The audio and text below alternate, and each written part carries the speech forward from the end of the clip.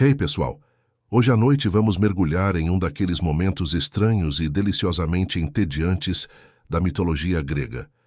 Imagine-se no Monte Olimpo, mas não em um dia de batalhas épicas ou julgamentos celestiais.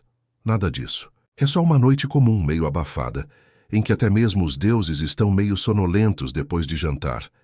Há um cheiro leve de fumaça no ar, vindo de um caldeirão que alguém esqueceu no fogo. Você escuta um trovão muito longe, talvez Zeus, resmungando dormindo. Atena, com sua armadura sempre impecável, mesmo para um jantar casual, está encostada numa coluna de mármore com o elmo no colo e uma expressão pensativa. Héstia, sempre tranquila, mexe em um pequeno fogo mágico flutuando sobre suas palmas, o que parece ser seu passatempo favorito quando não está cozinhando ou criando sensação de aconchego onde quer que vá. Você se aproxima devagar, meio sem saber o que dizer. E antes que perceba, está no meio de uma conversa culinária entre duas das deusas mais influentes do panteão grego. É claro que azeite é a base de qualquer civilização funcional, comenta Atena, como quem discute estratégia militar. Mas o que alimenta o coração não é a vitória, e sim a cevada bem cozida, responde Héstia, com aquele tom calmo de quem já viu tudo, e prefere uma boa tigela de mingau a uma discussão. É nesse momento que, sem nenhum aviso, Héstia ergue uma sobrancelha e propõe algo raro, quase inédito no Olimpo. Um concurso de culinária. Não um desafio dramático, nada de chamas saindo do chão ou trovoadas de Zeus julgando os pratos. Só um concurso amistoso, sem prêmio. Apenas por curiosidade, ela diz, com um leve sorriso, para ver o que cada uma de nós considera comida de verdade. Você, claro, é convidado a acompanhar tudo. Afinal, segundo elas, os mortais têm um gosto interessante. Nem sempre confiável, mas interessante. Só, antes de se acomodar, tire um momento para curtir o vídeo e se inscrever. Mas só se você realmente gosta do que eu faço aqui. Me conta aí nos comentários. De onde você está assistindo? E que horas são agora por aí? Agora, abaixe as luzes. Talvez ligue um ventilador para aquele som de fundo suave. E vamos nos embalar juntos nesta jornada de sabores, panelas antigas e risadas divinas. A noite no Monte Olimpo avança devagar, como se até o tempo estivesse esperando o jantar acabar. Os outros deuses já se recolheram ou estão ocupados em seus próprios rituais sonolentos. Apolo toca a harpa para as estrelas, Dionísio cochila abraçado em um cacho de uvas, e Hermes... Bem, ninguém sabe onde Hermes está. Mas aqui, sob as colunas brancas da sala de banquetes olímpica, você está sentado entre Héstia e Atena, ouvindo as duas discutirem receitas como duas tias gregas muito sofisticadas. Elas falam de especiarias como quem fala de poemas antigos. Você só balança a cabeça tentando acompanhar. Atena fala da precisão, do cálculo do cozimento perfeito, da alquimia de transformar trigo em algo que sustente um exército. Ela não diz com essas palavras, claro, mas a intenção está ali. Uma refeição deve ser tão estratégica quanto uma ofensiva naval. Ela afirma sem sorrir. E você acredita. Héstia, em contrapartida, sorri o tempo todo.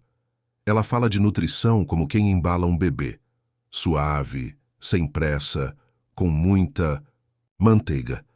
Ela não se preocupa com técnicas impressionantes, mas com o sentimento de ser alimentado. Não há cura mais imediata para o medo do que pão morno e companhia, ela diz, e você quase sente fome só de ouvir. Historiadores ainda discutem se Héstia realmente tinha templos físicos. Alguns acreditam que sua adoração era tão íntima que se dava nas cozinhas das casas. Atena, por outro lado, tem provas incontestáveis de sua influência.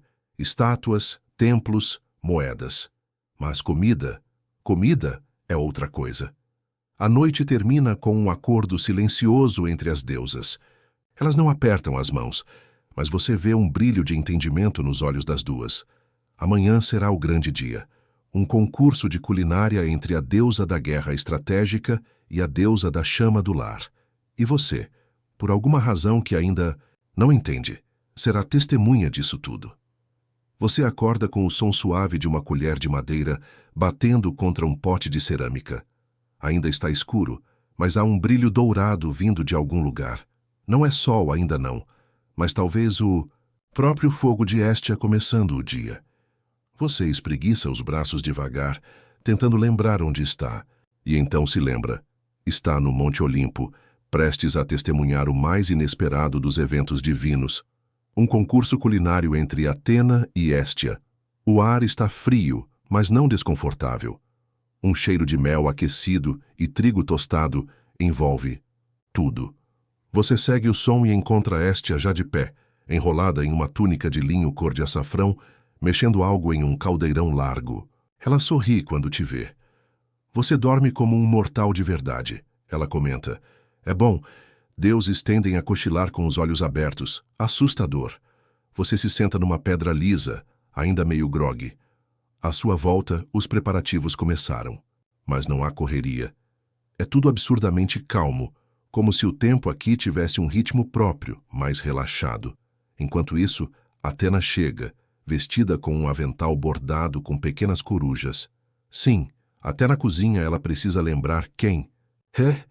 Traz consigo uma pequena tábua de oliveira e uma faca de bronze afiadíssima. Vamos manter isso digno, diz ela, mais para si mesma do que para os outros. Sem truques. O local escolhido para o desafio é um terraço amplo, com vista para os campos ondulados abaixo do Olimpo. Um tapete de musgo cobre o chão e mesas rústicas de pedra estão alinhadas, cada uma decorada com ramos de oliveira e flores do campo. Você não é o único convidado. Aparecem ninfas curiosas, faunos cochilando de lado, e até Ártemis deixa sua caçada por alguns minutos, para observar de longe. Há algo magnético em ver duas forças tão diferentes se preparando para cozinhar. Atena começa pelo azeite, claro. Explica para ninguém em particular, mas claramente para você, que o segredo está na prensagem lenta. Mostra com orgulho um jarro cheio de óleo âmbar, grosso e perfumado. A primeira prensa é a mais pura, como as primeiras decisões em uma guerra, decisivas. Hestia, em contrapartida, foca na massa. Mistura farinha de cevada com um pouco de água da fonte sagrada, mexendo com calma, em círculos lentos. Ela canta baixinho enquanto trabalha, algo sem palavras, mais sensação do que som. Você percebe uma diferença fundamental. Atena está montando uma estratégia. Hestia está construindo um abrigo, e enquanto elas cozinham você observa. O calor das panelas, o vapor subindo no ar, o estalo suave da lenha ardendo, tudo cria uma espécie de transe. Parece que você está dentro de um sonho pastoral, onde o tempo se dissolve como manteiga quente sobre pão fresco. Historicamente, os gregos não tinham pimenta, mas usavam cominho, coentro e vinagre. Você descobre isso porque Atena faz questão de usar todos ao mesmo tempo, com precisão quase matemática. Hestia, por outro lado, usa ervas frescas colhidas ali perto, cheirando cada uma antes de colocá-la no pote. Curiosamente, os estudiosos ainda discutem se as receitas gregas antigas eram realmente saborosas para os padrões modernos. Algumas teorias sugerem que o objetivo da comida não era apenas alimentar, mas também equilibrar os humores do corpo, uma abordagem quase medicinal. E, francamente, alguns pratos tinham cheiro de pomada e gosto de poeira. Mas aqui, agora, tudo parece deliciosamente apetitoso.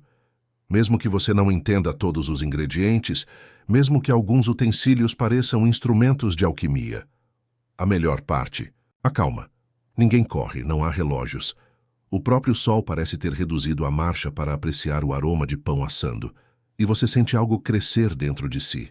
Não é fome exatamente. É aconchego. Você percebe que está sorrindo.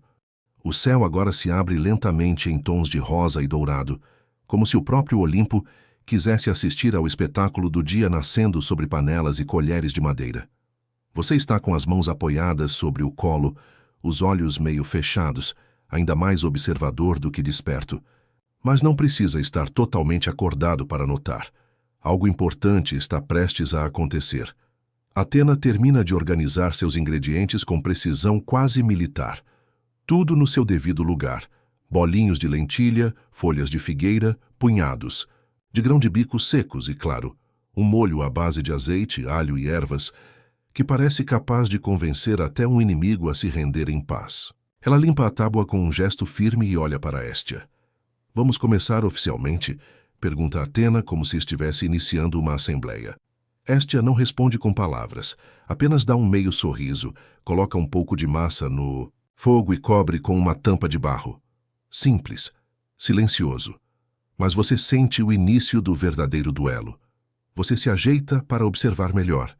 O sol toca o topo das montanhas, e um fauno mais ousado começa a distribuir folhas de parreira como pratos improvisados. Ártemis, à distância, ergue uma sobrancelha. Ela não participa, mas claramente julga. A primeira rodada. Pães. Athena apresenta pequenos discos crocantes recheados com pastas salgadas. Uma mistura que lembra hummus, mas com um toque cítrico, vindo de cascas de romã seca. Cada pão é do mesmo tamanho, simetricamente perfeito, claramente testado, medido e repetido. Hestia serve algo diferente, bolinhos de massa rústica com passas e um leve sabor de mel. Não há duas peças iguais. Algumas estão mais tostadas, outras macias como travesseiros. Mas há um aroma reconfortante, como o da cozinha da avó de alguém. Provavelmente da avó de todo mundo, considerando que Hestia é a deusa do lar. Você dá uma mordida imaginária nos dois e descobre que, apesar do esforço de Athena, há algo mais acolhedor no que Hestia fez. É menos sobre técnica, mas sobre ternura. Os deuses ao redor também provam, ou fingem provar, porque divindades podem simular satisfação como ninguém. Dionísio lambe os dedos. Hermes tenta pegar outro bolinho, fingindo que é para avaliar novamente. Até Apolo, sempre tão sério, murmura algo como: não está mal já para comida mortal. Enquanto isso, você observa a interação entre as duas deusas. Athena não se ofende com os elogios à irmã. Ela apenas anota mentalmente, calculando. O próximo passo. Estrategista até quando cozinha. Curiosamente, os registros sobre comida na Grécia Antiga falam pouco de concursos culinários, mas historiadores ainda discutem se existiam rituais privados entre sacerdotisas para escolher oferendas aos deuses, e se isso incluía uma espécie de competição simbólica. Se existiu, certamente não chegou aos livros. Mas quem sabe, não é mesmo? Você se inclina um pouco mais curioso para ver o que vem agora. Athena limpa a superfície de pedra com folhas de louro, estiloso, mas provavelmente prático também. Prepara agora uma salada fria de cevada, pepino e ervas picadas, servida em folhas de lótus, cada camada montada como se fosse parte de uma fortaleza comestível. Já Hestia, em contraste, começa a fazer um mingau espesso com tâmaras e leite de cabra, mexendo com movimentos lentos, como se embalasse uma canção antiga. Você se sente hipnotizado, o tempo desacelera. Pássaros cantam preguiçosamente nos galhos. Um cheiro de lavanda paira no ar. Um jarro cai no chão, quebra, e ninguém se apressa para limpar. Apenas olham e sorriem como se tudo estivesse certo assim. E você percebe algo curioso. Esse concurso não tem juízes definidos. Não haverá prêmios, nem troféus. A vitória aqui não importa de verdade. O que importa é a presença, a partilha, a possibilidade rara de ver duas forças tão diferentes se expressando por meio do mesmo gesto. Cozinhar. Você se deixa levar por essa ideia. Imagina como seria se os conflitos do mundo mortal fossem resolvidos assim, entre fogões de pedra e pratos de barro, e por um momento acredita que seria possível. Amanhã agora já está firme no céu. Raios dourados atravessam os ramos das oliveiras e pequenas partículas de pólen dançam no ar, como se fossem fadas entediadas com o espetáculo e decidissem se entreter por conta própria. Você se espreguiça discretamente. Está sentado num banco de pedra coberto por uma manta bordada. Cortesia de Afrodite, que adora um detalhe estético, mesmo que não esteja cozinhando. O concurso, se é que ainda podemos chamar assim, entra em sua fase mais aromática. Athena começa a preparar um prato que parece ter sido tirado diretamente de um manual de guerra nutricional. Uma sopa densa de lentilhas negras com alho assado, folhas de sálvia e um fio de azeite perfumado. tudo cozido em um caldeirão que mais parece um elmo invertido. Ela mexe com precisão, conferindo temperatura, densidade e distribuição dos temperos com uma disciplina que faria qualquer general espartano derramar uma lágrima. Já a Héstia, Héstia caminha na direção oposta. Ela assa algo semelhante a pequenos bolos de figo com farinha de castanha e um leve toque de vinho, tinto, provavelmente da reserva de Dionísio. Ela não mede nada, apenas mistura com as mãos, como se estivesse costurando lembranças. Você se inclina para ver melhor os bolinhos entrando no forno de pedra improvisado. O cheiro que sai é doce e terroso, como uma tarde de verão no interior. É o tipo de aroma que poderia curar uma saudade. Um sátiro com mais fome que modos tenta roubar um bolinho antes da hora. Héstia olha para ele. Apenas olha. E ele, imediatamente, se senta como um cão envergonhado. Você faz um esforço para não rir. Nesse momento, você ouve um leve tilintar. Athena está afiando uma faca. Não por ameaça, mas para preparar seu próximo prato. Folhas de videira recheadas com uma mistura de arroz, nozes e ervas, envolvidas com perfeição quase escultural. Ela as empilha com precisão militar. E então, ela faz algo surpreendente. Oferece uma folha recheada a Héstia, sem uma palavra. Héstia aceita. Dá uma mordida. Sorri e oferece em troca um de seus bolinhos. Você percebe que algo está mudando. Não no concurso, ele já era, mas no clima entre elas. É como se, pela primeira vez em séculos, irmãs com domínios tão diferentes lembrassem o quanto se parecem. Ambas cuidam, ambas sustentam, uma com cálculos, outra com afeto. Enquanto isso, um pequeno grupo de ninfas chega com tigelas de barro para servir os pratos aos presentes. Você é servido com uma generosa porção de cada uma das opções. As ninfas se afastam rindo, comentando sobre qual das deusas seria a melhor companhia em uma longa viagem. Você finge que não escutou, afinal você está tentando parecer imparcial. Na Grécia Antiga, a divisão entre as deusas era clara. Atena para a cidade, a guerra e a razão. Héstia para o lar, o fogo e o afeto. Mas, curiosamente, há vasos antigos que as mostram lado a lado, compartilhando vinho ou pão.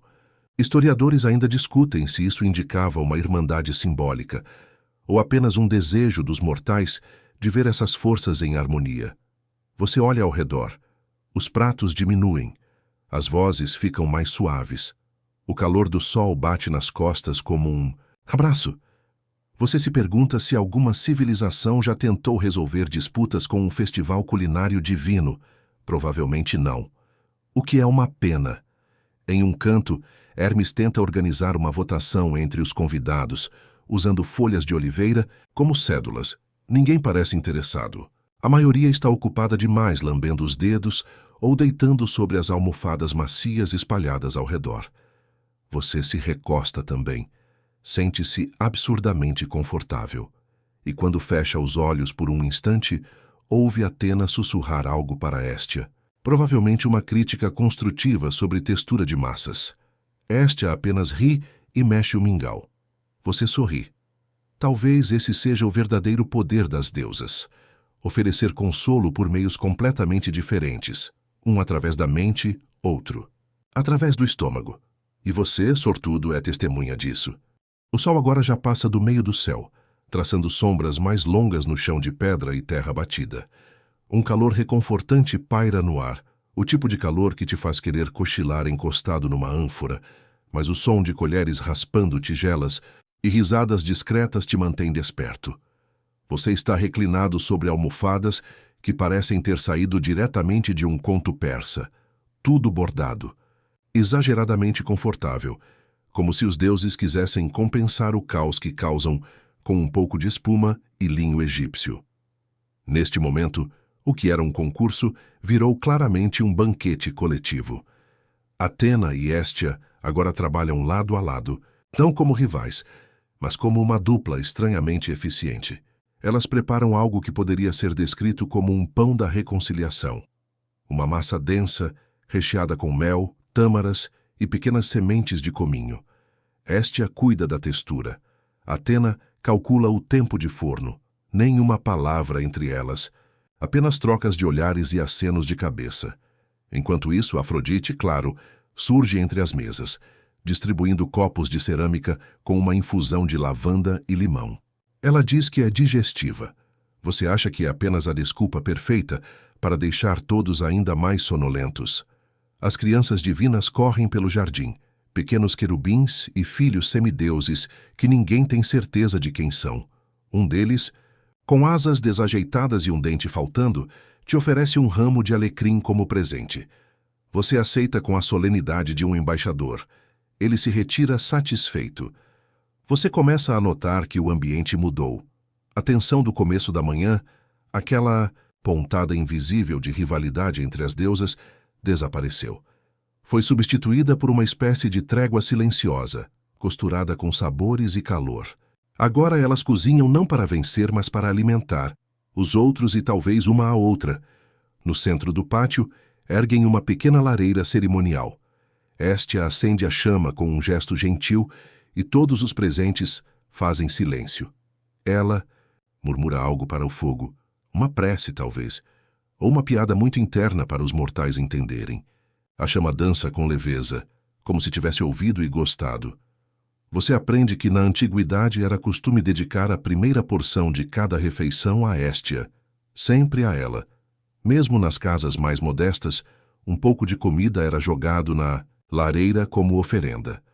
Atena, por outro lado, recebia bolos simples feitos sem fermento, oferecidos em santuários urbanos como forma de buscar sua bênção em decisões difíceis. Curiosamente, há inscrições em tábuas votivas que mencionam, ambas numa mesma cerimônia. Algo raro, mas documentado. Historiadores ainda discutem se esses casos refletem devoção pessoal ou uma tentativa de unir forças aparentemente opostas em tempos de crise. Você olha para as duas. Atena quebra o pão recém-assado com Héstia. Metade para cada e, pela primeira vez no dia, você vê Atena rir. Não o riso político, nem o sorriso educado de quem quer manter a ordem. É um riso desarmado, leve, quase infantil. Héstia responde com um tapinha no braço, como uma irmã mais velha que lembra de quando a outra usava túnica torta e falava com corujas. Você quase não percebe Hermes tirando notas, provavelmente tentando vender a receita para uma taverna em Corinto. Ele pisca para você e volta a rabiscar. A tarde avança, os aromas se misturam no ar. Pão, ervas, lenha queimando lentamente. O som das conversas vira murmúrio. Um casal de mortais dorme encostado em um vaso antigo, roncando com a dignidade de quem foi bem alimentado. Você se espreguiça. O alecrim que o pequeno semideus te deu agora repousa atrás da sua orelha. Alguém começa a tocar uma flauta de bambu. A melodia é lenta, quase indecisa, como se o som também tivesse comido demais. Você olha para o céu. Nenhuma nuvem. Apenas o azul esticado como um lençol recém-lavado. E então você percebe. Não se trata de um concurso de culinária. Nunca foi. É sobre encontrar espaço, dividir o calor. Cozinhar não para vencer, mas para acalmar. O outro e você mesmo. Você sente os olhos ficando pesados. Talvez só mais 5 minutinhos assim. Você desperta com o cheiro de algo caramelizado. Talvez figos, talvez algo mais misterioso. O sol agora se esconde atrás das oliveiras, criando sombras longas que dançam pelo chão como vestígios de histórias antigas. O banquete se transformou num tipo de oficina culinária celestial, mas nada parece forçado. As divindades antes juízes e competidoras agora são facilitadoras de uma experiência que beira o espiritual. Você se vê ao lado de um pequeno forno de barro construído ali mesmo no jardim. Héstia, com a tranquilidade de quem já fez isso milhares de vezes, te guia no preparo de uma torta de cevada e mel. A massa é pesada, mas as mãos dela a moldam com uma leveza quase mágica. Você tenta imitar, sem muito sucesso, e ela sorri com aquela paciência de tia-avó. Atena observa de longe, sentada sob uma pérgola coberta de vinhas. Ela não intervém, apenas observa, como quem avalia estratégias invisíveis. Mas você percebe o leve balançar de sua perna. Ela está gostando do que vê. De tempos em tempos, outras figuras aparecem para experimentar as criações. Dionísio, claro, prova tudo com o entusiasmo de um crítico gastronômico depois de 2 taças de vinho. Ártemis chega relutante, mas é conquistada por um pão rústico recheado com queijo de cabra e azeite, preparado por você com instruções alternadas das 2 deusas. E então, algo peculiar acontece. Hermes sugere que todos escrevam seus próprios receituários divinos. Tábuas de argila e estiletes são distribuídos. Você, um pouco relutante, começa a rabiscar. Misture uma colher de mel a um punhado de paciência. Héstia te parabeniza pelo começo poético. É nesse momento que Atena se levanta. Ela caminha até uma mesa de pedra no centro do espaço e começa a arrumar ingredientes como se montasse um tabuleiro de guerra. Você já viu esse olhar. Antes, o de quem está prestes a executar um plano. Ela explica. Não se pode falar de comida sem falar de estratégia. Cozinhar, ela diz, é prever reações, antecipar resultados, controlar o caos. E com esse discurso, começa a montar algo que ela chama de pita de batalha. Uma massa fina recheada com cebolas caramelizadas, hortelã e um toque de vinagre de vinho. Enquanto isso, Héstia prepara o que chama de sopa do silêncio. Um caldo, claro, feito com legumes, e um ingrediente secreto que, segundo ela, só funciona se você não tentar adivinhar o que é.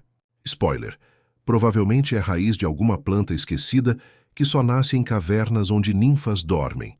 E então, o inesperado, ambas te chamam para decidir qual das 2 receitas ficará no livro da mesa eterna. O receituário que Hermes vai enterrar em algum templo abandonado para ser redescoberto séculos depois. Você engole seco, mas antes que precise dizer qualquer coisa, uma brisa sopra forte e uma folha de oliveira cai bem no centro do livro de argila. As deusas olham. Ren decidem que será uma entrada dupla. Nada de vencedora, nada de perdedora. Só harmonização. Como um vinho que combina com qualquer prato, ou como uma chama que aquece qualquer panela. Historiadores ainda discutem se esse tal livro da mesa eterna realmente existiu. Há registros fragmentados de uma tábua cerimonial enterrada em Delfos, mas nunca foi encontrada. Alguns dizem que foi apenas um mito. Outros acreditam que se transformou nas receitas orais que passaram de geração em geração, entre sacerdotisas e cozinheiros. De toda forma, você tem certeza de uma coisa.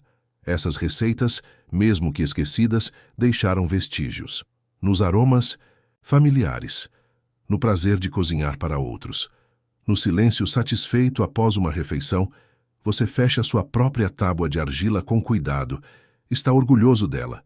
Mesmo que tenha escrito mais poesia do que medidas, Atena coloca a mão no seu ombro. Boa escolha de temperos. Ela comenta como se falasse de decisões de vida. Héstia apenas te entrega um pequeno pote de cerâmica, fechado com cera. Para quando você precisar lembrar que tudo vai ficar bem, diz ela. Você não pergunta o que tem dentro. É melhor assim. O céu começa a mudar. Um tom dourado se espalha, pintando tudo com aquela cor de fim de tarde que só os deuses sabem capturar. Você se afasta um pouco, senta sob uma figueira, observa o movimento, todos envolvidos em algo tranquilo, bonito, sensato. E você pensa, talvez seja isso que os deuses fazem quando não estão guerreando ou interferindo em romances complicados. Talvez eles apenas cozinhem. O cheiro do pão recém-assado ainda paira no ar, misturado com ervas frescas e o calor da lenha. Você caminha devagar entre as mesas, sentindo a brisa que começa a soprar de leve. Já não é dia, mas também ainda não é noite. É aquele momento raro em que o tempo parece em suspenso e até os grilos esperam. Héstia se aproxima enrolando as mangas de sua túnica como quem se prepara para uma conversa séria, mas íntima. Ela te convida a dar uma volta ao redor do templo, ou melhor, do que parece ser uma fusão de templo, cozinha comunal e quintal dos deuses. Enquanto andam, ela fala sobre os antigos festivais em sua homenagem, quando mulheres acendiam pequenas chamas em vasos de barro e as carregavam até o centro das vilas. Cada chama era como uma batida de coração, ela diz, e eu ouvia todas. Você se pergunta como é ouvir corações, mas decide guardar essa dúvida para mais tarde. Ela te mostra um forno subterrâneo, ainda quente. Ali, diz ela, se preparavam raízes e carnes lentas, em oferenda aos que vinham antes. A memória mora no cheiro da terra, ela acrescenta, e você acredita imediatamente. Nesse momento, Atena surge com um mapa. Sim, um mapa. Hora de entender como o mundo gira com farinha, azeite e ambição, diz ela, com aquele jeito entre professora e general. O mapa, pintado à mão com tintas que ainda brilham, mostra antigas rotas comerciais, do Egito à Fenícia, da Anatólia à Creta, de lá até o sul da Península Itálica. Você nota pequenos ícones ao longo das trilhas, ânforas, panelas, peixes, salgados, e até o que parece ser um garfo de madeira. Embora historicamente controverso, historiadores ainda debatem se ele já existia nessa época. Atena explica como as rotas de especiarias e grãos não apenas abasteciam estômagos, mas também moviam impérios, criavam alianças e, claro, motivavam traições. Héstia, por sua vez, segura uma miniatura de panela de cerâmica nas mãos. Enquanto os grandes se preocupavam com ouro e fronteiras, ela diz, o povo se preocupava com o jantar. E essa frase parece resumir boa parte da história da humanidade. Vocês seguem por uma trilha de pedras brancas até um pequeno terraço com vista para o mar. Ali, Atena mostra um entreposto simulado, cheio de cestos de vime, ânforas com rolhas de cera, grãos secos, folhas de louro e redes de pesca secando ao vento. É tudo tão detalhado que você jura ter ouvido uma discussão entre dois mercadores invisíveis, algo sobre o preço justo da lentilha. Você se senta entre elas, observando a encenação de como a comida viajava, navios lentos, estradas, poeirentas, mulas teimosas, e histórias que se misturavam às cargas. Um perfume de açafrão vem de algum lugar. Atena explica como o conhecimento também viajava com os alimentos, receitas que mudavam conforme passavam de mão em mão, ingredientes, adaptados ao gosto e clima de cada região. Cada prato, ela afirma, é um tratado cultural, não apenas um sabor. E então, com um gesto súbito, Atena desenrola um pano de linho sobre uma mesa baixa, revelando pequenas fichas de argila. São fichas de jogo. Vamos simular uma rota, diz ela. Você escolhe ser um comerciante cretense. Héstia ri e pede para ser apenas uma cozinheira nômade. Mas das boas. O jogo começa. E entre dados feitos de caroços e regras criadas no momento, você aprende mais sobre trocas do que em qualquer aula. Descobre, por exemplo, que a noz moscada já valeu o peso em prata, e que havia uma superstição sobre transportar alho ao lado de tecidos tingidos de púrpura. Dizem que o cheiro contaminava o luxo. Durante a partida, uma pergunta surge. Quem cozinha para os deuses? Atena e Héstia se entreolham. Héstia responde primeiro. Ninguém, eles comem o que oferecemos, mas às vezes eles provam por curiosidade. Atena acrescenta, e às vezes cozinham entre si só para se lembrar de como é ser mortal. Você olha para as peças do jogo, as trilhas desenhadas, os pequenos pratos em miniatura que representam cidades. Tudo parece tão vivo que fica difícil lembrar onde termina o mito e começa a memória coletiva. Você pensa no mercado de sua cidade, no som das barracas se abrindo cedo, no cheiro do pão doce, na mulher que vende especiarias com nomes difíceis. De repente, tudo aquilo parece parte da mesma rede. A brisa agora traz um frescor de hortelã. O mar ao longe se confunde com o céu que escurece devagar. O sol some como uma chama que se apaga com cuidado. Atena guarda o mapa. Héstia cobre o forno subterrâneo com um pano grosso. É hora de seguir. Mas você sente que carrega um pouco mais do mundo dentro de si agora, e não só na barriga.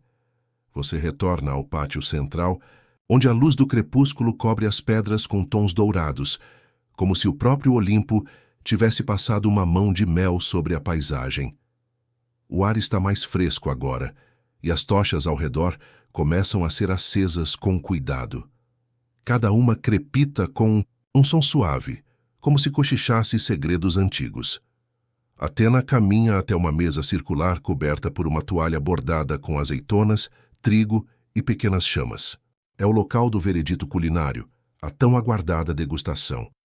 Mas claro, no estilo dos deuses, nada será julgado com pressa. Você se senta entre elas, como um mortal privilegiado prestes a provar as receitas divinas. Héstia serve primeiro. Um ensopado espesso com legumes rústicos, folhas amargas e azeite aromatizado com tomilho. A fumaça sobe em espiral, como se contasse a história da receita em silêncio. A primeira colherada é quente, profunda, com sabor de casa, daquelas que nunca mudam, mesmo que mudem os ingredientes. É como morder um abraço. Já Atena apresenta uma criação ousada, uma massa leve recheada com queijo de cabra, figos secos e nozes trituradas, coberta com uma redução de vinho e folhas de louro cristalizadas. O contraste de texturas e sabores faz sua língua hesitar. Doce ou salgado? Familiar ou exótico? Você mastiga devagar, sentindo a diferença entre ambas. Héstia é memória e acolhimento. Atena é estratégia e risco. E, surpreendentemente, ambas são deliciosas. Enquanto provam os pratos, surge uma pequena plateia de divindades menores. Hebe traz taças de barro com infusões florais, Íris aparece com frutas translúcidas cortadas. Em espiral, e Hermes, claro, não perde a chance de provar sem ser convidado. Ele rouba um figo e sai correndo, rindo como um adolescente. Você pergunta entre mordidas como os deuses escolhem suas receitas favoritas. Héstia sorri, pelo cheiro que fica nas mãos. Atena, por outro lado, diz: pelo número de camadas que você precisa desvendar. Ambas se olham e riem. Não há vencedor. Não havia realmente um concurso. Era só uma desculpa para cozinhar juntas, diz Héstia, passando um pouco mais do ensopado para você. É para ensinar alguma coisa, claro, completa Atena, tirando uma erva presa no seu dente com total elegância. Nesse momento, as estrelas começam a surgir, uma a uma, como pontos de luz bordados por uma mão invisível. Você percebe que o céu já está quase totalmente escuro, mas não sente sono. Apenas uma tranquilidade preguiçosa, como depois de uma ceia em família. Héstia acende uma chama no centro da mesa. É pequena, mas estável, protegida por um vidro redondo. Ela explica que essa é uma representação da chama eterna que um dia foi mantida acesa por séculos no templo de Vesta, sua contraparte romana. Manter o fogo vivo era manter o mundo rodando, ela diz. E honestamente ninguém quer comer mingau frio às 4 da manhã. Atena aproveita a deixa para contar que durante as guerras ela insistia para que as cozinhas dos exércitos fossem as primeiras a serem montadas nos acampamentos. Soldado bem alimentado não vira traidor, ela diz, meio em tom de piada. Meio não. Você observa como elas equilibram seus papéis. Uma é guardiã da paz doméstica, do calor do lar, daquilo que conforta. A outra da astúcia, da estratégia, da capacidade de inovar, mesmo quando tudo parece desabar. E, nesse jantar, ambas encontram seu meio termo, um prato que acolhe e instiga. Héstia te oferece uma tigela de sobremesa, figos cozidos em mel e vinho, com uma pitada de canela e uma folha de hortelã. Simplicidade, ela diz, e digestivo. Atena levanta uma sobrancelha. Com o perdão da sabedoria, isso é só uma desculpa para comer mais doce. Vocês riem. É fácil rir quando o estômago está cheio e o coração também. No canto, você nota um altarzinho improvisado com pequenas oferendas, pedaços de pão, azeite derramado em conchas de barro, algumas moedas e até uma pena de pavão. Héstia percebe seu olhar e sussurra. Cada oferenda é um pedido, mas também um agradecimento, e muitas vezes são feitos ao mesmo tempo. Você pergunta se há um ritual oficial depois do jantar. Atena pensa e responde. Sim, chama-se Talossa, mas antes que você se levante para ajudar, ela ri e te impede. Brincadeira, hoje você é hóspede dos deuses, aproveite. Ela se levanta, recolhe as tigelas com precisão de guerreira e leva tudo até uma pia de pedra onde a água corre fria. Héstia fica com você, observando a chama central. Ela respira fundo, como se pudesse sentir o cheiro de todos os lares, do mundo num só suspiro. Todo mundo tem fome de algo, ela diz, e às vezes o que alimenta não é o que está no prato. Você olha ao redor, para os rostos iluminados, o calor suave, os risos, os restos de figo e queijo, e entende. O banquete não era só comida, era companhia, era história. Era o que você sempre sentiu falta e nunca soube nomear. A noite avança, e o céu se veste com um manto estrelado tão denso que parece um tapete bordado por mãos divinas. Você sente o ar mais fresco, o aroma das folhas de oliveira, misturando-se ao doce cheiro do mel que Hestia havia mencionado. Antes, as vozes ao redor diminuem, e Atena propõe uma caminhada silenciosa entre as oliveiras, para que você possa sentir a verdadeira essência daquele momento.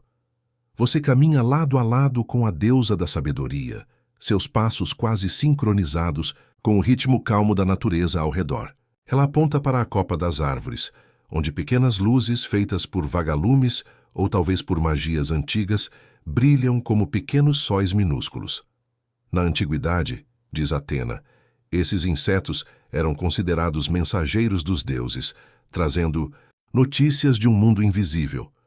Você tenta imaginar uma época em que o simples brilho de um vagalume pudesse significar esperança ou alerta divino. É uma sensação estranha, quase como se a tecnologia moderna tivesse roubado a magia do cotidiano.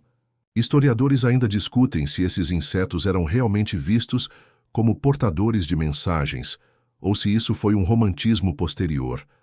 Atena então explica a importância simbólica da oliveira para os gregos antigos. Não é apenas a fonte do azeite sagrado, ela diz, mas também um símbolo de paz e vitória. Lembra da coroa feita de ramos de oliveira para os vencedores dos Jogos Olímpicos? Você acena com a cabeça, tentando sentir o peso daquela coroa, que é ao mesmo tempo leve e cheia de significado. Enquanto vocês avançam, Atena menciona que a oliveira é uma árvore de vida longa, resistente a secas e guerras. Assim como nós, ela brinca, mas sem a parte da guerra. Bem, quase. Você sorri sabendo que mesmo os deuses têm seus momentos de ironia. Vocês param diante de uma antiga oliveira, seu tronco retorcido e cheio de cicatrizes, contando histórias invisíveis a olho nu.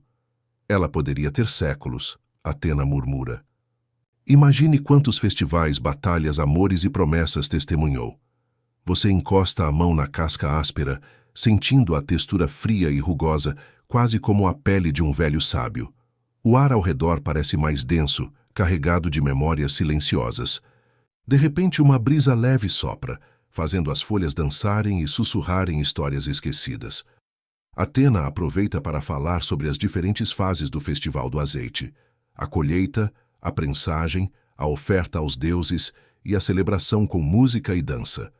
Você começa a imaginar as ruas antigas, iluminadas por tochas, crianças correndo, músicos tocando liras e flautas, e a comunidade inteira unida em um ritual que transcende o tempo. Ela compartilha uma curiosidade. Naquela época, o azeite não era só usado para cozinhar. Era também o combustível das lâmpadas, o bálsamo para feridas e até um ingrediente sagrado nos perfumes. Você imagina alguém aplicando um óleo perfumado no pescoço durante uma festa, enquanto o cheiro do azeite misturado com ervas invade o ar. Atena sorri com um toque de sarcasmo suave. Imagine se tivéssemos que explicar isso hoje, com todos, os nossos cosméticos e perfumes sintéticos. Não, é só azeite, mas acredite, faz milagres. Provavelmente ninguém acreditaria. Você ri baixo, enquanto continua a caminhada, sentindo uma paz que não vinha só do corpo, mas da alma. As estrelas parecem acompanhar seus passos, e por um momento você se sente como um personagem em uma antiga lenda, vivendo um pequeno pedaço da história dos deuses. Enquanto se afastam da árvore, Atena comenta que o azeite era um presente dos deuses aos mortais, uma ponte entre os dois mundos.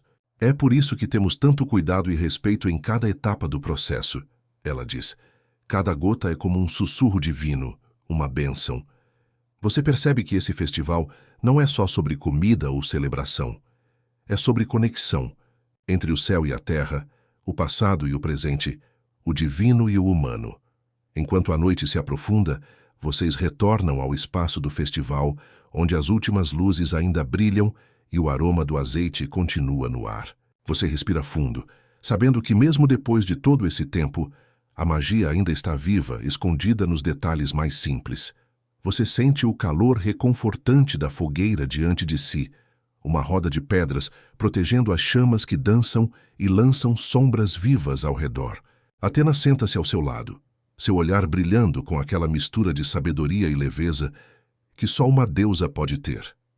Enquanto o crepitar do fogo preenche o silêncio, você se acomoda e escuta atentamente enquanto ela começa a narrar histórias antigas, aquelas que os bardos cantavam e os anciãos contavam, para manter viva a memória dos deuses e dos mortais. Ela conta como o azeite, além de seu uso no festival, se tornou uma mercadoria valiosa, atravessando mares e terras distantes, em rotas comerciais que uniam cidades-estado e impérios.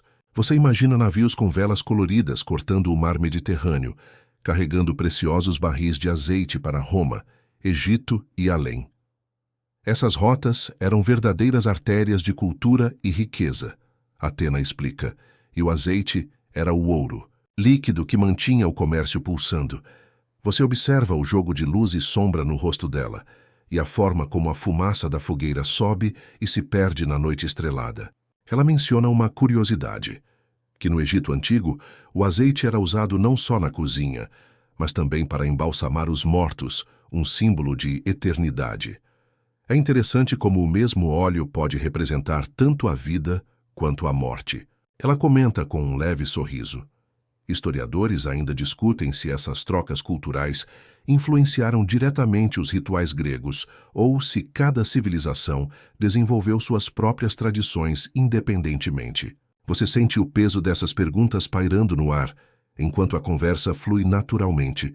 Como uma corrente suave, Athena muda o tom para os usos terapêuticos do azeite. Ela descreve como os antigos gregos usavam o óleo para massagens, aliviando dores musculares e preparando atletas para competições. Você quase consegue sentir a textura suave do óleo aquecendo as mãos do massagista, enquanto os sons da multidão ao redor misturam-se com a música distante e o riso suave das crianças. Imagina. Science, ela diz, antes de uma corrida, os atletas eram ungidos com azeite, um ritual que os conectava ao divino e os preparava para o desafio. Você ri baixinho, pensando na mistura de nervosismo e concentração daqueles corredores, cobertos de azeite brilhante sob o sol. Enquanto o fogo continua a crepitar, Athena compartilha uma última curiosidade antes que a noite chegue ao seu clímax, que o azeite era usado em rituais de purificação, para limpar corpo e espírito. É como se o óleo carregasse consigo a promessa de renascimento e equilíbrio, ela explica. Você sente uma calma profunda se instalando, como se o fogo não estivesse ali só para iluminar, mas para aquecer sua alma cansada. As histórias da deusa continuam fluindo suavemente, e você percebe que a longa caminhada do azeite, desde as árvores até a festa, é muito mais do que um simples processo. É uma celebração da vida em todas as suas formas. A brisa fresca da noite passa entre as árvores antigas, trazendo consigo o aroma delicado das folhas de oliveira e do azeite recém-extraído. Você acompanha Athena enquanto ela o guia para um espaço aberto, onde o festival ainda pulsa com vida, mas com uma tranquilidade diferente, como se a festa estivesse chegando a um momento de reflexão. O céu acima está claro, pontilhado de estrelas brilhantes, e o brilho suave das tochas lança uma luz dourada que parece dançar sobre as folhas. Ela fala sobre o significado mais profundo do azeite na cultura grega. Não apenas um produto para consumo, mas um elo sagrado entre os deuses e os mortais. O óleo é visto como um presente divino, um símbolo de paz e prosperidade, capaz de unir comunidades e fortalecer laços. Enquanto você escuta, sente uma conexão crescente com a terra, o céu e as histórias ancestrais que Athena compartilha.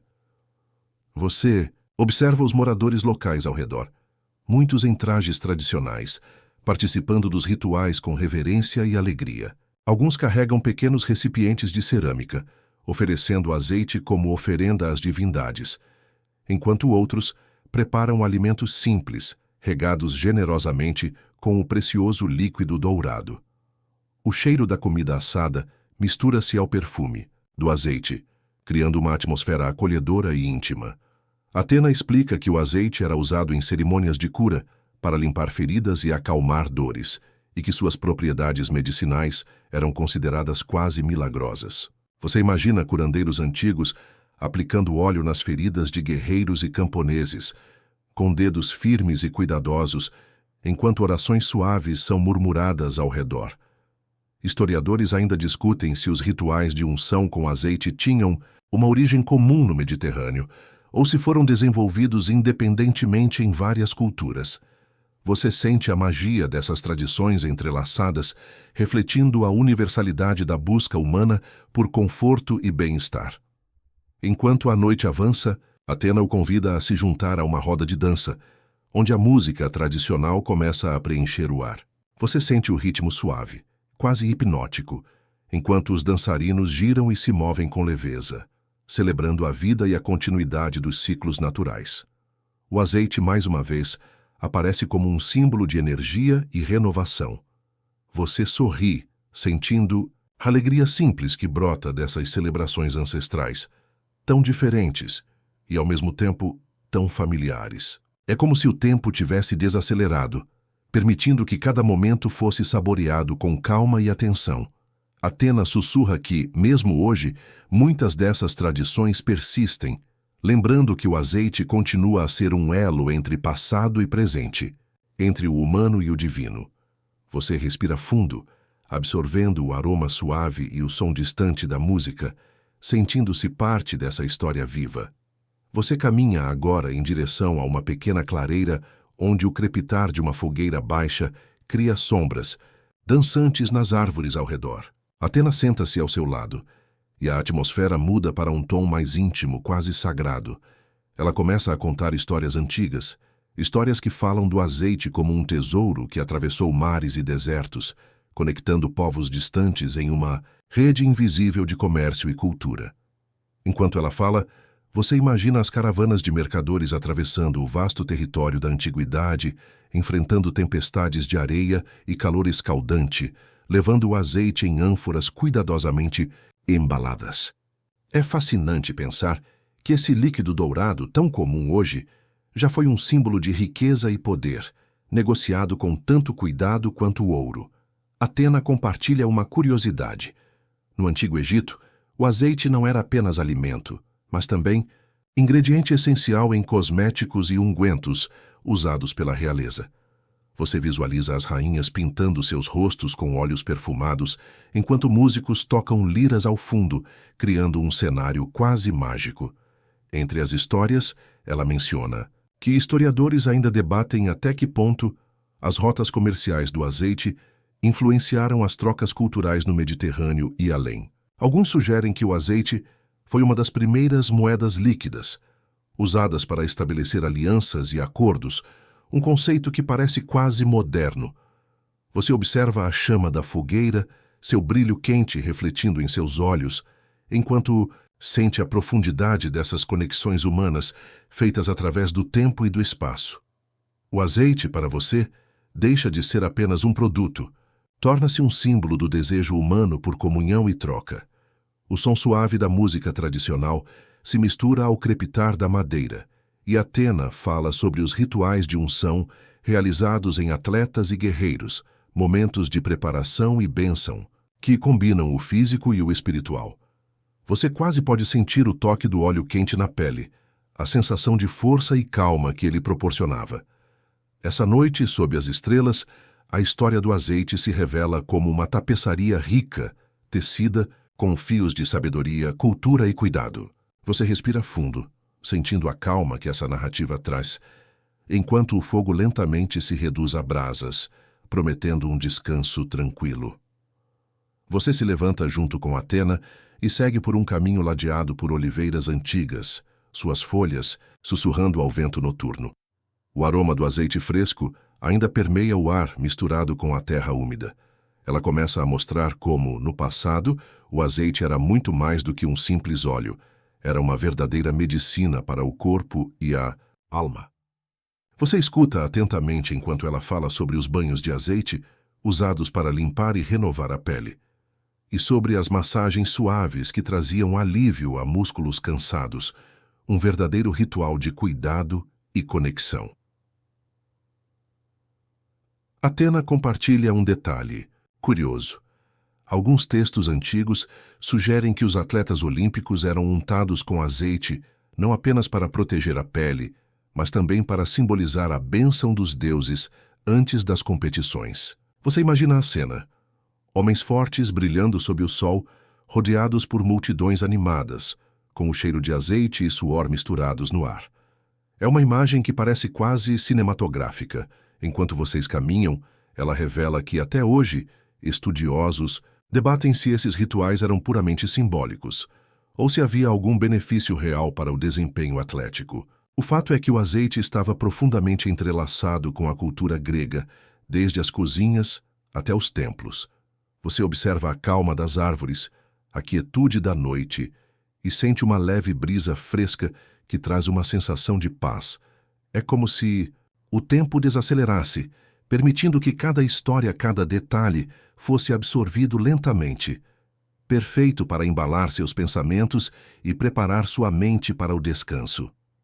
Enquanto a conversa continua, Athena mostra como o azeite também era usado para curar pequenas feridas, uma prática que os antigos médicos recomendavam com entusiasmo. A medicina antiga tinha suas peculiaridades, e você se pega rindo levemente ao imaginar remédios à base de azeite misturados com ervas e, talvez, um toque de superstição.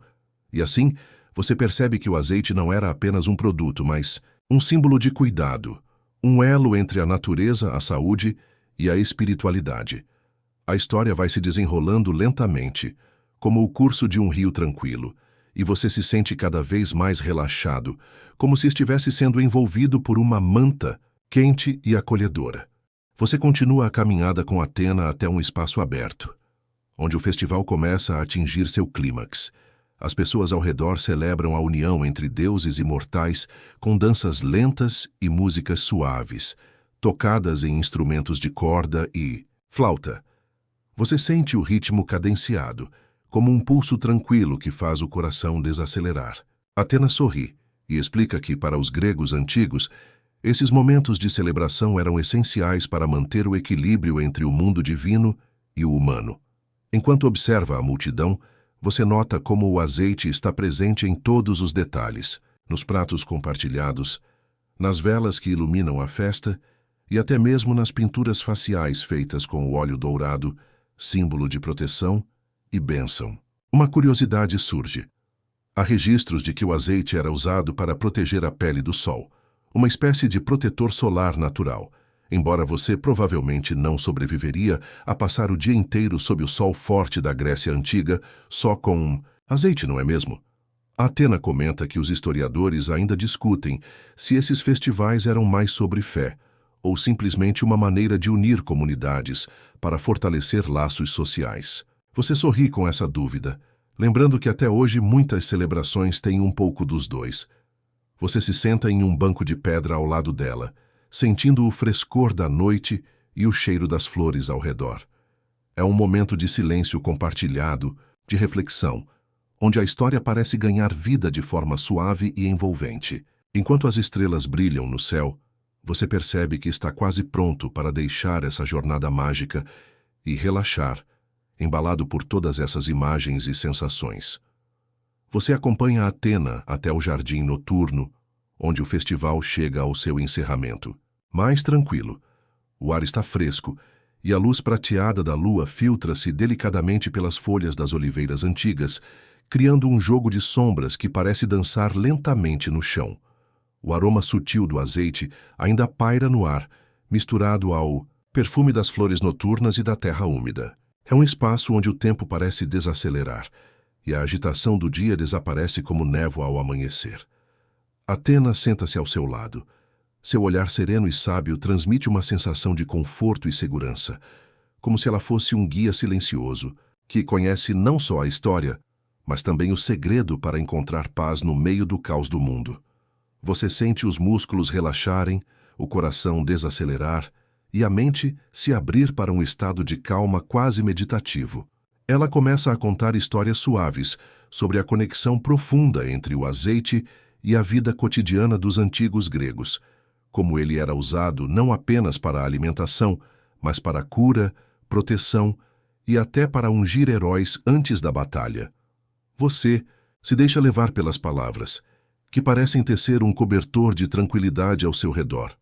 Cada frase é como uma brisa suave, cada imagem pintada por Atena acalma a alma. Ela lembra que, apesar de toda a sabedoria e poder, os deuses também tinham momentos de descanso e reflexão, e que você merece o mesmo. Enquanto a lua sobe mais alto no céu, você se sente envolvido por uma paz profunda, pronto para deixar a história repousar em sua mente enquanto você desliza lentamente para o sono. As luzes do jardim diminuem, o sussurro das folhas embalando seus pensamentos e a certeza de que está seguro aqui, agora, no meio da noite tranquila. Agora, você respira profundamente, sentindo o ar fresco preencher seus pulmões lentamente, como se o próprio tempo estivesse desacelerando ao seu redor. Cada som distante, cada aroma sutil, contribui para essa sensação suave de conforto que envolve seu corpo e mente. Imagine-se deitado sob aquele céu estrelado, envolto pela luz prateada da lua, com Atena ao seu lado como uma presença tranquila e protetora. Não há pressa, não há expectativa. Apenas esse momento presente, onde tudo o que importa é a sua respiração e a calmaria que cresce dentro de você.